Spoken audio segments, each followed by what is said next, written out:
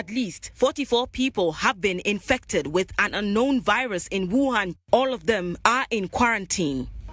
Chinese health authorities are still working to identify the virus. Fresh details have surfaced regarding the Wuhan coronavirus. The coronavirus.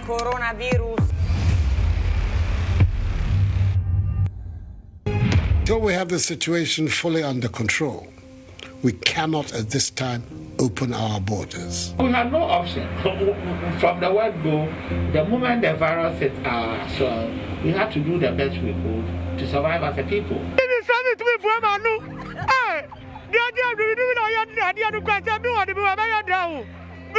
I know, by the help of God, we are in the safe hands.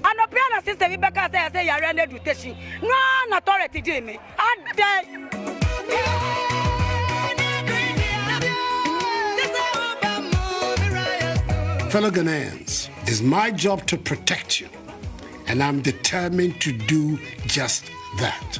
Once again, we are confronted with another situation, a deadly virus, the coronavirus. Are you not the God who forgives our sins and heals all our diseases?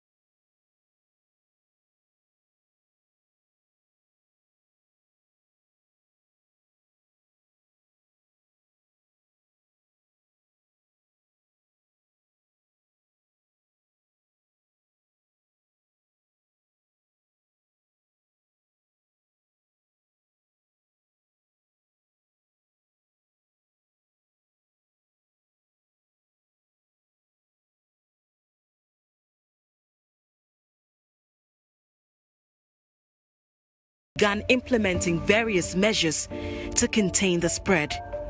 Ghana did same, even though the nation had not yet recorded a case.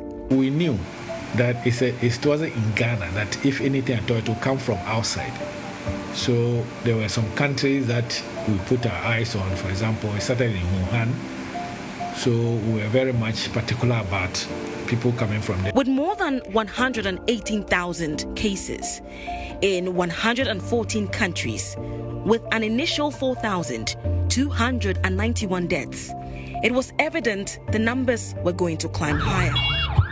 On the 11th of March 2020, the World Health Organization declared COVID-19 a pandemic. Pandemic is not a word to use lightly or carelessly. It's a word that, if misused, can cause unreasonable fear. Fighting the pandemic was crucial for the survival of the Ghanaian people and the future of the world's population. If countries detect, test, treat, isolate, trace, and mobilize their people in the response, those with a handful of cases can prevent those cases becoming clusters. On the same day, the WHO declared COVID-19 a pandemic. President Akufo-Addo gave his first COVID-19 update address to the nation. Our points of entry, such as our airports and land borders, continued to show satisfactory preparedness to screen all entrants into Ghana. An address that will later on become a regular feature most Ghanaians looked forward to for the rest of the year.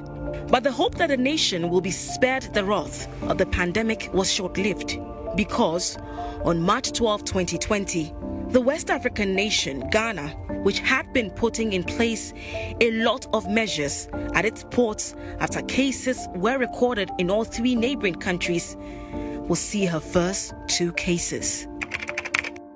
The Minister of Health has confirmed 2 cases of COVID-19. News of the COVID cases sent panic waves across the country. I think I should get myself a mask. I have a hand sanitizer. We should try to protect ourselves. I was just about to start a meeting at home when the call came that we should come back. And they wouldn't say what it was. I remember just saying, oh gosh, no. Because we had done a lot to put screening mechanisms at the airport. The numbers began to soar, even as government ramped up efforts at curtailing a rise.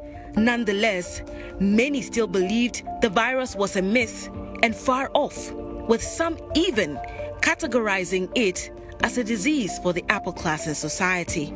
Frederick Kwekudra would have been one of them until he contracted the disease. In fact, the moment he told me that I was tested positive, they were arranged for ambulance to come for me.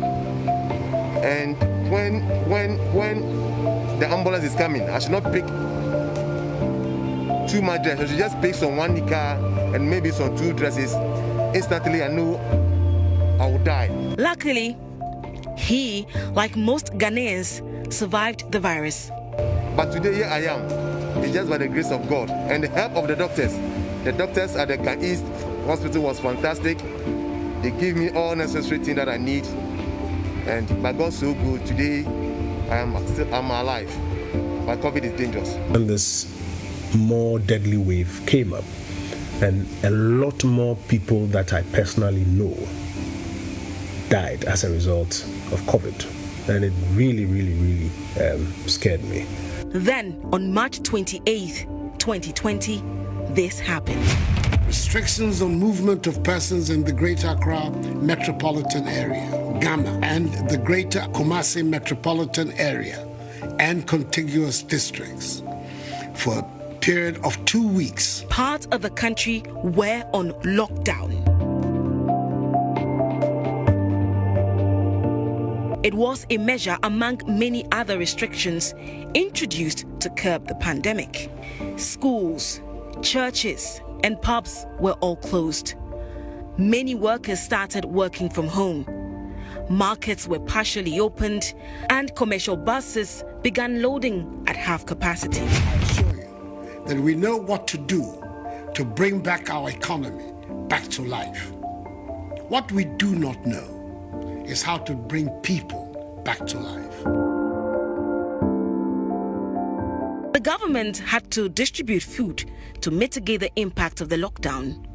That distribution was fraught with its own challenges, and government's later revelation that it spent some $9,383,487 on cooked food during the 3-week COVID-19 lockdown will later become a subject of controversy for days.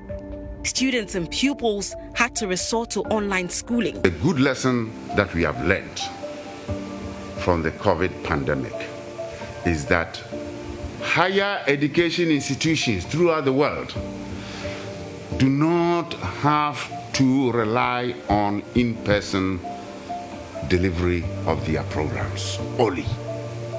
They have to consider the online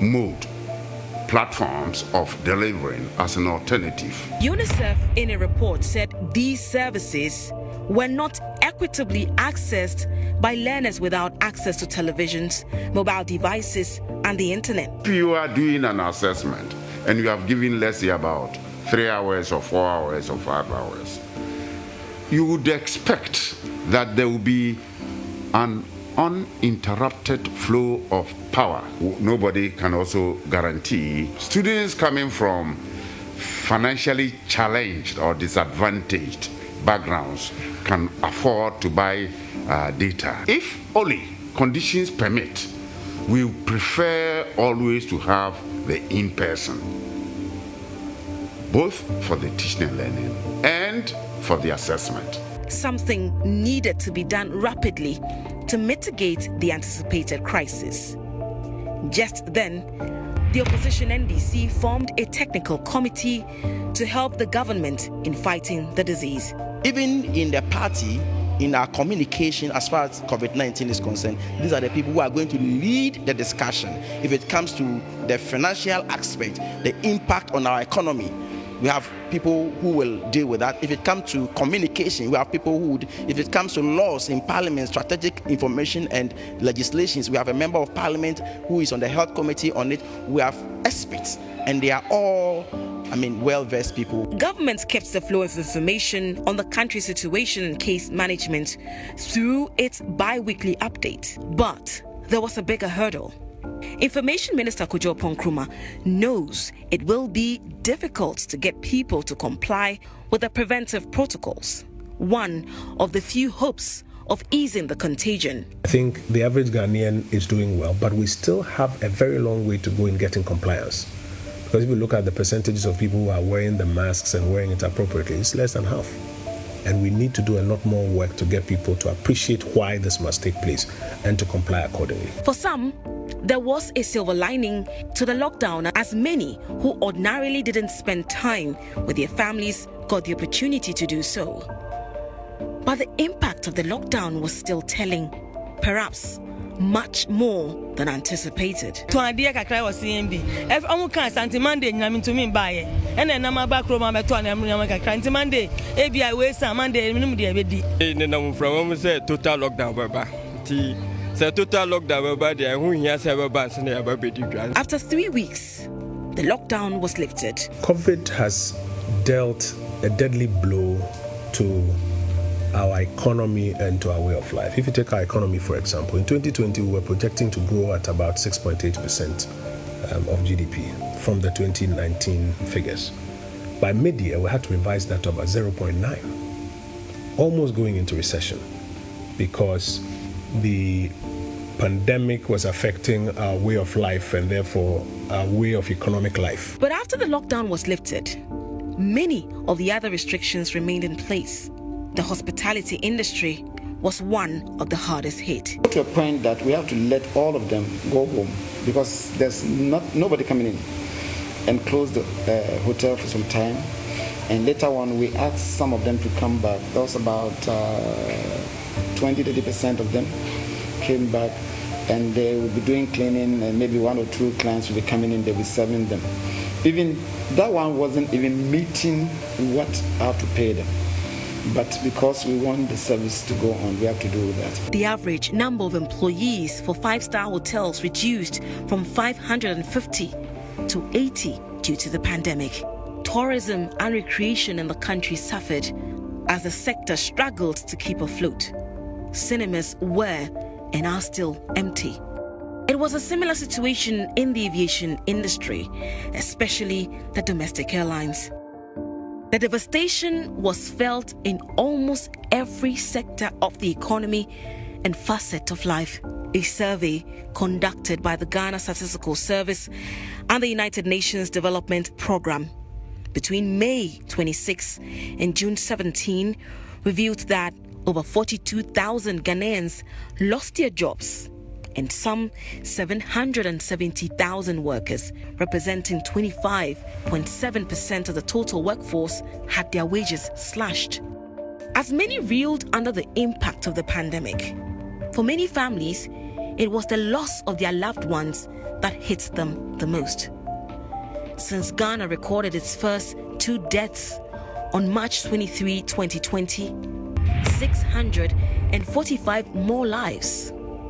Like Doctor and Professor at the Kwame Nkrumah University of Science and Technology, Professor Jacob Plangerot, Forestry Commission boss Kwejo Owusu-Afriyie, popularly known as Sir John, the Mayor of Sekondi Takoradi Metropolitan Assembly, Kobina Sam, and surgeon at the Trust Hospital in Accra, Dr. Kisse have all succumbed to the virus as of the 4th of March 2021. As the country mourns the lost souls, fears of a possible economic recession also started creeping in, but government swiftly intervened with the coronavirus alleviation program managed by the National Board for Small-Scale Industries. If you look at the impact on businesses, I think that it's a very interesting analysis that we've been able to do.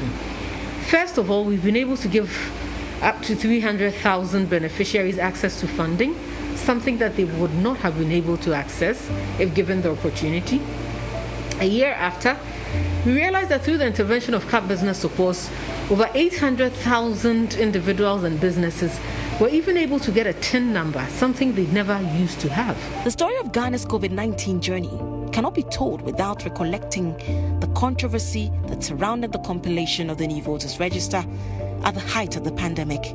Despite the fears expressed and the fierce objections, the compilation came off. The contract granted Frontiers Healthcare Solutions Services Limited to conduct COVID-19 tests at the Kotoka International Airport when the airport was reopened to air travel was topical, as many Ghanaians sought clarity to the details of the contract. But COVID-19's impact on Ghana is not all doom and gloom.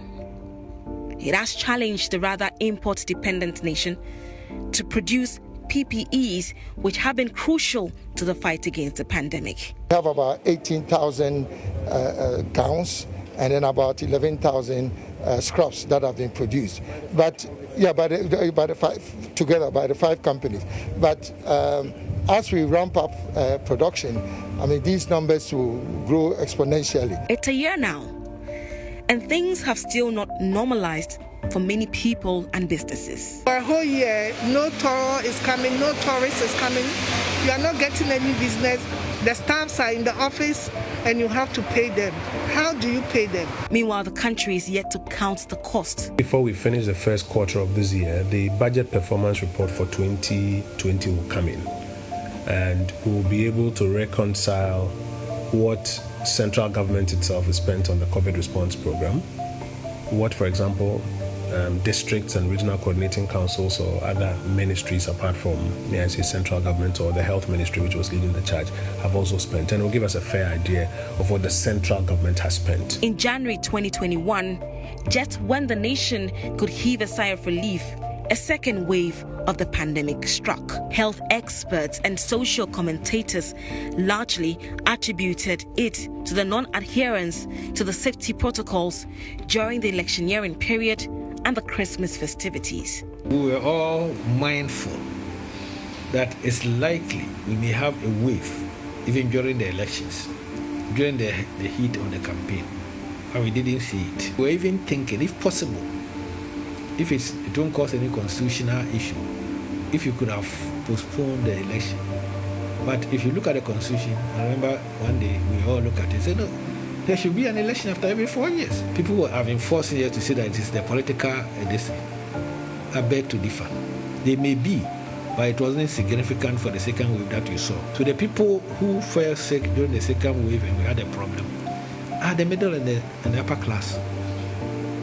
And it's all because they were partying and the lower class were standing behind the gate watching them. With the advent of vaccines, even as the country rolls out a nationwide inoculation, many believe there is hope on the horizon to permanently deal with the virus. Now that we have the vaccines here in Ghana and we are ramping up the vaccine numbers, it should give all of us hope and a bit of comfort that that risk is being curtailed.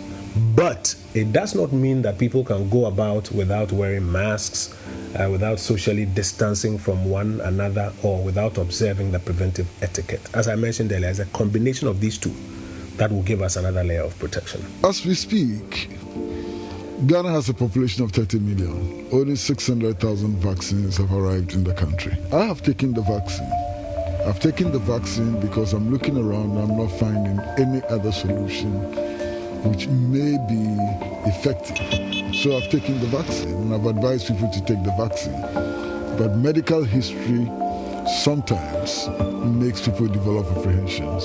A year on, till Ghana and the rest of the world surmount this pandemic completely, remember to adhere to the COVID-19 safety protocols. Indeed, what COVID-19 has done is to demonstrate the extent to which the world's medical arrangements, health services are ill-prepared, to protect the populations of the world in cases of emergency. The whole world has been caught flat-footed, and the only countries which appear to be doing well are countries which have social and economic systems who do not insist as profit as the only motive for production. I've seen Ghana over the past 1 year as a country which actually organized itself for the fight against COVID. Most of the time, we are the first in everything so far as COVID is concerned. Today, we have been able to start as the first country to get our vaccines from a facility that they are giving to people because of the way that our robust EPI system is. This is how we have seen how we are fighting the disease.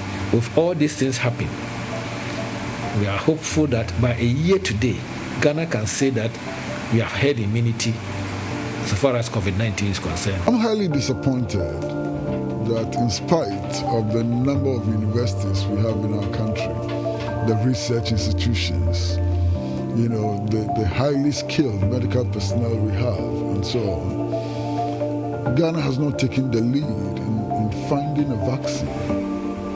I'm really surprised that we still have to depend on charity to be able to get the first 600,000 vaccines that have come in. I think that we should be more vigorous.